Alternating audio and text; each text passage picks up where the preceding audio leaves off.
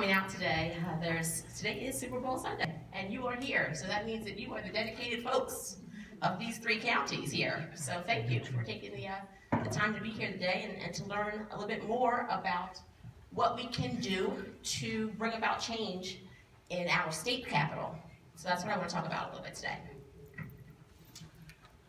So we're going to cover about who is We the People. I put some lint on all of your desks. If you don't have any, let me know. I have more. And we're going to talk about the state of Harrisburg, kind of demystify what's going on in Harrisburg. We'll talk a little bit about what happened in 2018 because there were some wins and some successes, and we do want to shout those out. This is your second meeting since the new year, so you did some of that already probably. All right. We'll talk about what's possible in 2019 and beyond. And then the possibility, I know you all have a town hall coming up soon with Congressman Perry, or without Congressman Perry. Yeah. Talk about that later. So we can also do town halls as an organization and actually bring state representatives to you and state senators. And we'll do a little bit of advocacy training and then a call to action, because these meetings are always great. And if they don't lead to some action, they're all for naught, right? And I know from looking in this room, I know so many of you, this is an active group, so this is good. Do we know her? Yes. Yeah.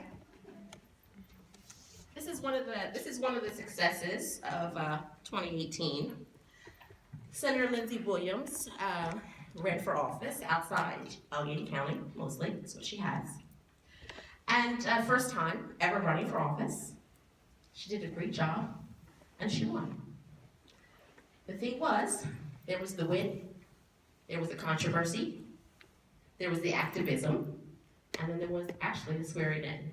So this is the kind of win I want to talk about right now, because some of you in this room, I think, were actually there for the activism part of this. So Lindsey Williams, she won. She won this election out of Allegheny County. It was a great day for her and her family, and for Allegheny County. She is also the endorser of the We the People campaign, which we're going to talk about today. And then there was a controversy. There was a residency dispute of whether or not she lived in that area for the amount of time she was supposed to have lived there in order to become a state senator. And she was actually within like 2 days of moving in to where she was and being able to actually fill her position. There was never any doubt among many that she was a resident, a legal resident of the area. But the Senate Republicans, those guys, Corman and such, they weren't sure if they were going to seat her or not. And so we had to get involved in a little activism to ensure that she was set. It was definitely a power grab. We're all familiar with the power grabs that have been going on lately, right? So there was the controversy of seating Lindsey, and then there came the activism. And we decided that we were going to do something. We didn't know what, really. We talked about it. And swearing in day was the first of the year, New Year's Day, and we had decided that if they didn't swear her in, on the 2nd of January, we were going to do some kind of action, some direct action. But then we realized that we probably had to do something before that date to get it going and to ensure that everyone heard our voices, that we spoke truth to power, and that we ensured that she was actually sworn in. So on the 28th of December, this is after Christmas now, these are still grassroots folks that did all their Christmas shopping, celebrating the holiday, and they're still organizing while all that's going on. And on the 28th, several of us, some of us in the room, give a little wave if you were there in the room with us. Yeah? All right. We went into the Capitol, and we visited the Office of Leadership to inform them that they are going to seat Lindsey Williams. She was the rightful winner. She won by almost 800 votes, and she deserved to be sat. And you can't probably tell from this far distance, but her mom and her sister and her dad are in these pictures as well. So this is parents. They put their daughter through law school, and she won this election. They were going to make sure that they sat her daughter. So we did. We stormed the Capitol, and within hours of us being there, the Republican Party announced that they would be seating Lindsey Williams. That's what you can do as activists. They also went into, they did this in Pittsburgh as well, so this was statewide. They went to offices of Killian, they were out in Lancaster, they were all over the place in different district offices doing this to ensure that she was set. So that was just a little sample. I wanted to show you what you can do as activists. And I know that there are lots of you in the room who do this kind of work, so thank you. And you can see the fruit of your labor. So We the People. We'll talk about We the People a little bit. Are you familiar? Anybody heard about the campaign We the People? Yeah? All right, good. Oh, yeah, we had some candidates back here who actually endorsed the campaign. A couple of them. All right. Thank you. So the We the People campaign started off, this is how this We the People campaign started. A lot of you know me from the Why Courts Matter work, right? Yeah. Well, we're all part of the Pennsylvania Budget and Policy Center. And this is a campaign that came up last year, it started last year, with my colleagues visiting different counties across Pennsylvania. And what they did is they had 13 community conversations. And I think they actually had one here too. Yeah. And what they did is they talked to different organizations, grassroots groups, about what they felt could be accomplished, or what were the issues they were most concerned about, what did they think could be accomplished. And in these 13 conversations, a lot of the same kind of messaging, the same issues came up, and you have the agenda there in front of you. And 6 of the issues you'll see there are just about what we see here. It's, there's issues about taxes and making sure we have recurring revenue. Clean air and water, important. Funding our education, K through 12, and then also making college affordable. And then good jobs and raising the minimum wage so that it's actually a livable wage. Healthcare is also important. So all these are part of the platform items, the principles. And we have a steering committee, and you'll see some names up there you probably know very well. A lot of the unions are with us on this. AFL-CIO, SEIU, teachers unions. Then we also have some good government groups, Common Cause, and other activist groups like Make the Road, Put People First. And so these are some of the folks who've helped us steer this campaign and helped us come up with the ideas so that we can actually travel the state and talk to folks about what's important to them. But not only that, but turn good policy into legislation. We have good policies. The problem is that it doesn't turn into legislation. So that's the whole idea. If you go back to Grover Norquist, we all know that gentleman. He made all these folks sign this pledge saying what? No new taxes. Well, that was the pledge they had to sign. This is the pledge we want our state assembly members to sign. We want them to sign on to these 6 principles. That they're going to put forward legislation that's going to help all of us here across Pennsylvania. And so let me set the stage for you of what's going on in Harrisburg right now. How many of you have actually been in the building and done some kind of door knocking or lobbying of your own? Yeah, about half the room? All right. So this is kind of what's going on right now. This is the state of Harrisburg. We have an upside down tax system where we are taxing the working class heavily, and those who are ultra wealthy just aren't being taxed. And therefore, we have an issue with recurring revenue. And we've been going to places like casinos and such to get this revenue, the state taxes, right? So if we were to actually raise the minimum wage, we'd have more people paying into the tax system. If we were actually to stop the loopholes that corporations benefit from, we'd have more revenue to do these social programs. The first thing people say that are more, leaning towards the right will say is, well, you like all these social programs, how are you gonna pay for it? That's the second question. Well, you pay for it through recurring revenue, and you pay for it through making sure that the wealthy pay their fair share, which has not been happening. And then you can fund the unequal schools. And then we can build roads and bridges and have better health care. But it's all going back to the living wage and raising the wage for those who really can't afford to rent and childcare. No one here in Pennsylvania should have to work 3 or 4 jobs to make it. Do we all agree on that? So like I said, there's an upside down tax system. This is so far away from some of you folks back there. But you can see who pays the most taxes, and it's not the top 1%, that's the far right column, that orangish color there. You see who's paying, the lowest 20%. 12.6% of all of the taxes, recurring revenue coming in to Harrisburg is coming from that the folks making the lowest percentage of money, income. And so with input from all of you, we came up with the 6 principles. We actually did a statewide poll, almost 1,200 Pennsylvanians with an error margin of about 5-6%. And they all pretty much agreed, and this comes from those who lean left, those who lean right. The majority of all of these folks believe in these 6 principles. And when we took these principles and knocked doors during the 2018 campaign, if we didn't say we were, more leaning towards the left or whatever, everyone agreed with it. These are things that both sides of the aisle were interested in. So we do have the 6 to help us get back on track, and I'm so happy that we have some of the candidates here who ran on this platform, and hopefully it helped you during your run to talk about, what's going on in Harrisburg and how you can bring about legislation and change. We had more than 120 candidates endorse the campaign. We didn't endorse them, they endorsed our campaign. We are a nonprofit, nonpartisan organization. And of those 120, we now have almost 60 of them in the halls of Harrisburg who signed on to this pledge. And they're very diverse, and that's important to be inclusive in our work. And not only is it racially diverse and ethnically diverse and gender diversity, but also geographically as well. Those who have endorsed the campaign are from all over the state. And so we came up with a lot of material that we were able to do when we did some door knocking, when we do presentations like this, when we go and deliver materials to legislators in Harrisburg, which have been very helpful for us.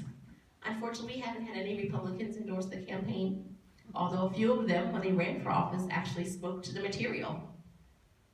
So this does have bipartisan support.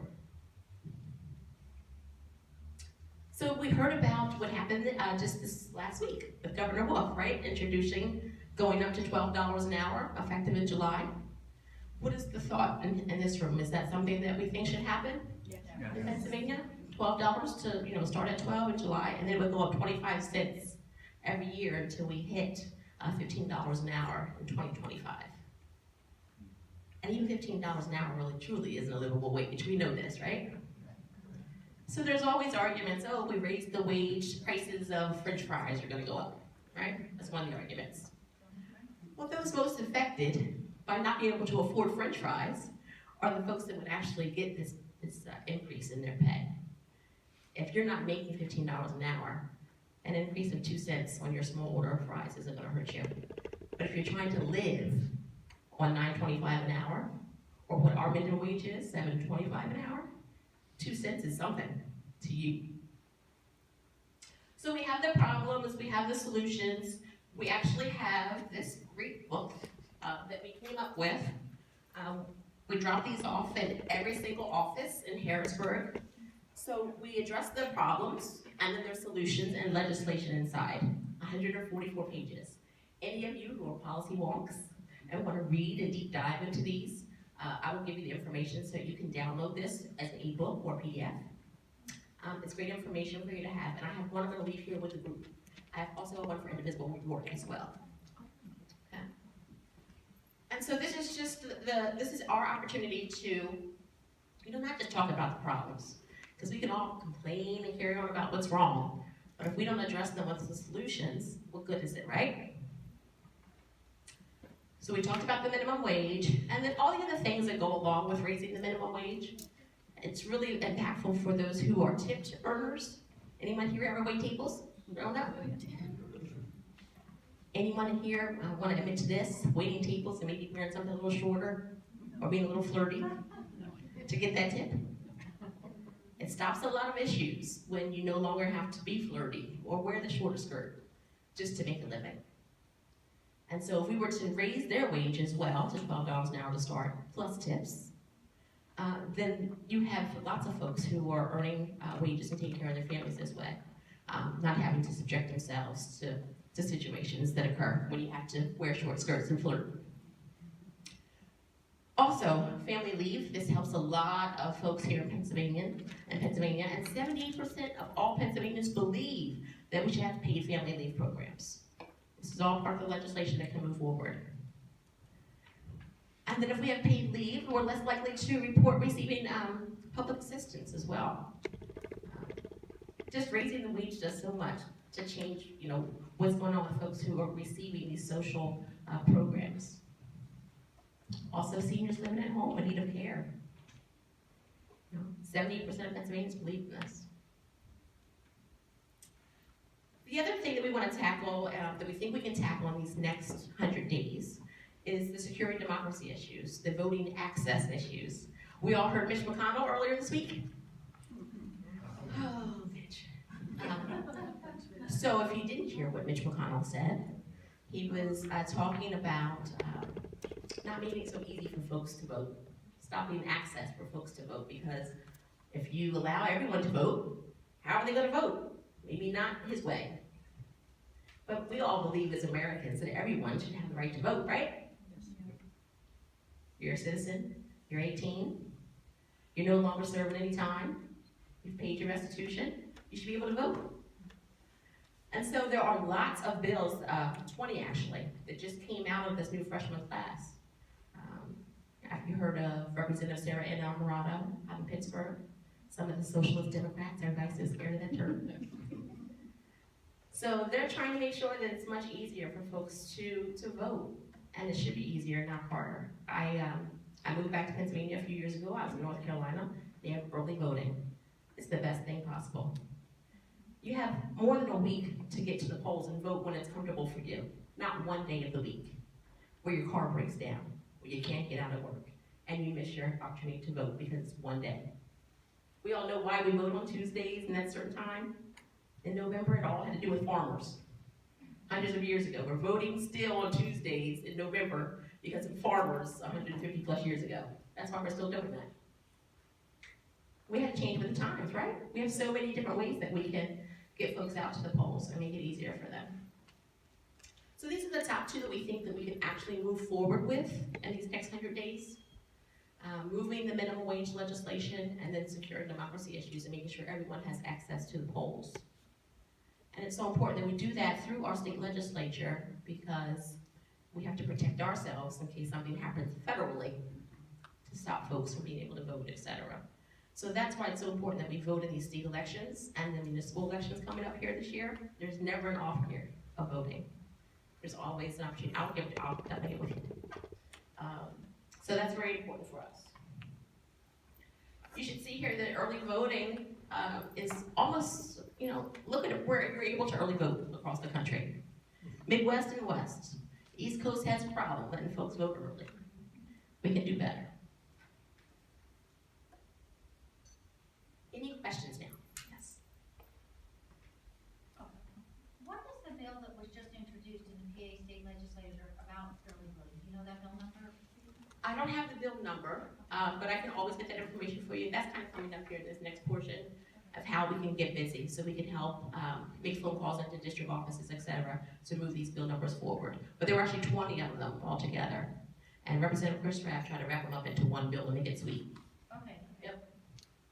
Yeah. Anything else? Do you know if the Wolf's proposal would eliminate the exemption that places like Hershey Park have, where they can pay below minimum wage? Yeah, so that's one of the bills. That's one of the 20, is the preemption. So no, they would not. They would have to pay that livable wage of $15. That's $12 an hour to start. Okay. Yeah, Good. everybody. Yeah. Anybody else? And also folks with disabilities who are working, and also, part of that where organizations, businesses can pay them less than the living wage or the minimum wage because they have disabilities, and there's preemptions to that. So that cancels all that out. Pay everybody what they're worth. And you know why we're still stuck on $7.25 here in Pennsylvania, right? We've been stuck here on $7.25 an hour for 10 years. Every single one, go back to this map. Everyone around Pennsylvania is above this. Delaware, Ohio, New York, New Jersey, Maryland, they're whopping us, $7.25 an hour. And, the assumption is, these are just high school kids that are making $7.25 an hour. That's not the truth. That's not accurate. That's fake news. It is, that's fake news. And even if it were the truth, even if it were the high school kids making this money, these are high school kids who are supplementing their family's income. and are trying to pay for college on their own, or trying to put clothes on themselves because their parents can't afford it. It seems as though there's a lot of folks who make around that $15 an hour wage right now, who have good jobs and are making that, and they seem to be against other folks making $15 an hour. We shouldn't be fighting on this. They should be making more than $15 an hour. If you're making $15 an hour, you should probably be making more than $15 an hour right now. And those making $7.25 need to go up to the 12 and then up to the 15. We're living in times where we've lost the middle class. The middle class has turned into the working class. And we've seen this when it came to the shutdown. How many folks were actually living paycheck to paycheck? Folks who are making $40,000 a year still living paycheck to paycheck because wages have not gone up with inflation. So, what do we think about that? Are we interested in doing some advocacy to ensure that we get the wage to go up to $12 an hour this year? I can tell you there's a lot of excitement in the halls of Harrisburg, especially with the new freshmen that have come in. They brought a lot of really good energy into those halls, and they're moving the folks who have been in there a long time to move forward and push some good legislation. We finally got rid of Metcalf. Yay! He's no longer able to block bills, although he can do that now when it comes to the environment, because he's moved on there. Who are your state reps? I know there's 3 different counties here. Kiefer. Deloge. Anybody on the other side? No. Patty Kim. You're lucky, right? Dawn Kiefer was just on a Sunday morning show a couple weeks ago. Who is Dawn Kiefer? She was just on a Sunday morning show the other day talking about how she had, she's okay with actually doing a shell tax, but you just can't have an impact fee and a shell tax. It's one or the other. So we stopped calling it an impact tax or impact fee, we can call it shell tax. You should know that that's an opportunity for us to raise some revenue here in Pennsylvania, is the taxi drillers. The fact that we produce so much, and it's not even used by us, it gets shipped out of the state. Why aren't we taxing these drillers? But we're producing just as much as like Texas. And I believe every state around us. And every state around us. Absolutely correct. And that's where they use their argument, the Republicans, like Greg Rothman says, all the states around us, we can't have these like taxes because the states around us, people will go to those states and invest in there, but they won't use, with the argument with the minimum wage, they don't follow suit, Yeah, and that's why when we get into this advocacy training, that's a lot of the reasons why people don't like to visit offices or make phone calls, because you'll go in there with what you want to say, and then they say something that's absurd, and then you don't know what the comeback is. So we need the comeback, right? So the comeback to someone like him, when he says that other people will just go to other states because it'll be cheaper, that's just not true. Because we're shipping this out of the state and out of the country. And it hasn't impacted the other states that are surrounding us. No one's not getting what they need from these other states because there has been a raise and there's a severance tax. It's not the truth. Any other questions? Okay. All right, so a little bit of advocacy training. So what I've done previously is I've kind of split the room, but I'm not gonna do that today because it's just me. Usually I have my colleagues with me. But I know that there are some folks, there's some introverts in the room, and there's some extroverts in the room. And some of the introverts have become extroverts since 2016. Anybody want to admit to that? You were an introvert before 2016 and now you're out here. Yeah. So there's different ways that we can get busy and that we can bring about some change because it's going to take all of us. And so we need to do some in-district visits. I can tell you from experience, I have called offices of these state legislators and I've said, I'm gonna bring 4 people with me to your office if you don't pass if you are against SB 22 or whatever the bills were at the time. And just the threat of saying I'm gonna do direct action outside your office had them very nervous. They had them calling my boss, was the first one.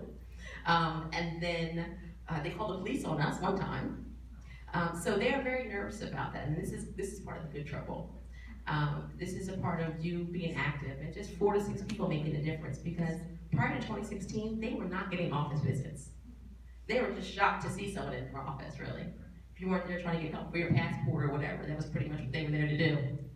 But now that people are showing up at these district visits and being able to articulate the issues, it has them a little set back on their heels.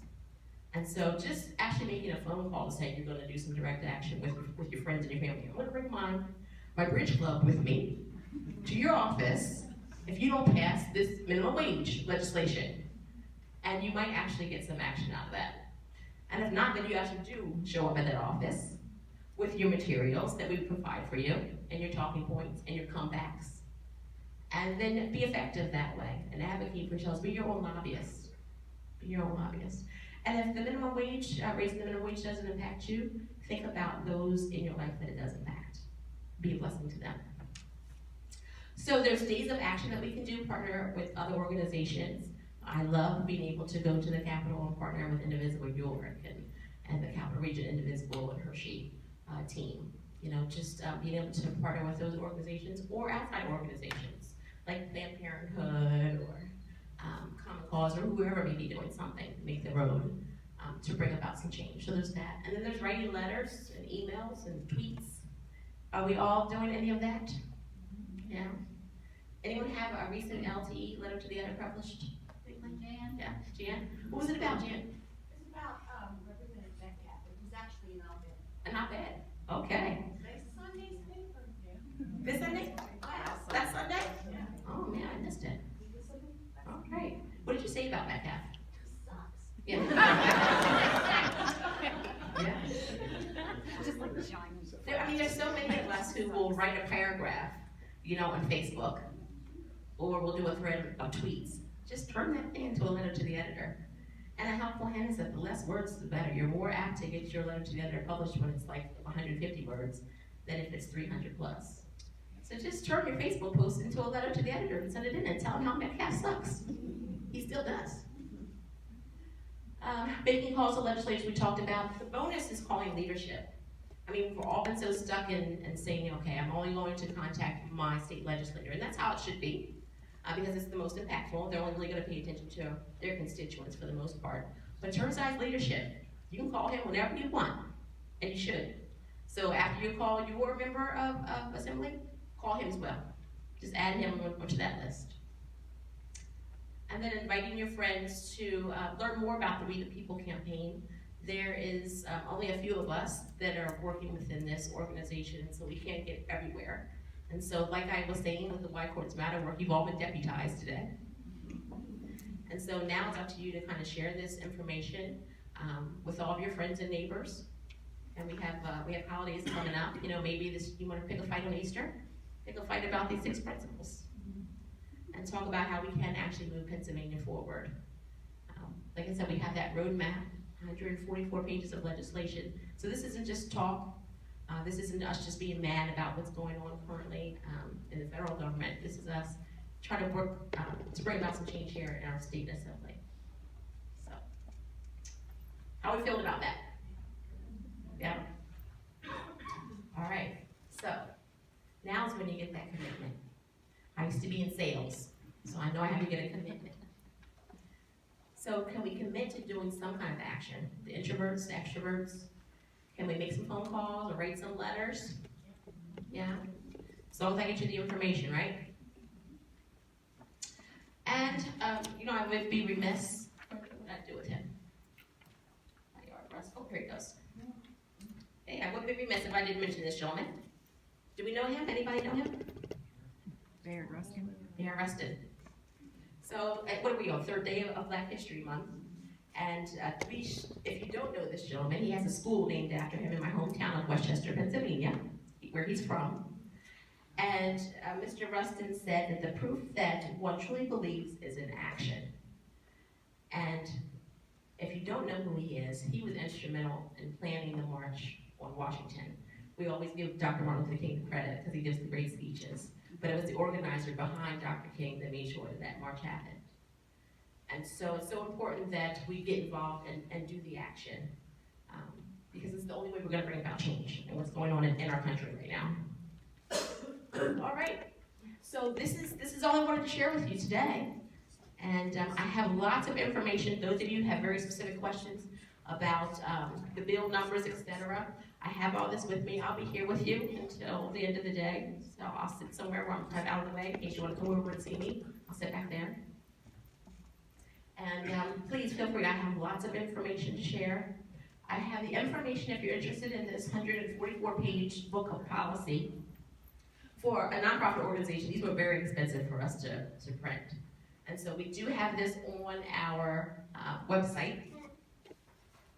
And so you can go to that. It's WeThePeople.org/roadmap. And you can get this information, all 144 pages. I have these to remind you if you need them. And then if anyone has some more information about severance tax, or if they want to know anything else about affordable colleges, the PA Promise just came up recently. I'm trying to make sure that college and state tuition at public schools is accessible for everyone. I know myself, I'm still in student loan debt. I'm not ashamed. Anyone else still in student loan debt? Forever. Okay. So we need to do something to help the next generation come up and ensure that doesn't happen to them. And then I have a sign-in sheet here too. If anyone wants more information, please come see me. I want to share this information with you. I really appreciate being able to come here to where I live. You know, I'm over in Susquehanna Township, but you know, whenever I'm able to call on folks here in this organization, in this Indivisible group, you always come. You always come when we need you. So it's so important that we have that rapid response. Because things happen very quickly, on a dime, and we can get people to show up at the Capitol just like that. And that's because of you all. So thank you.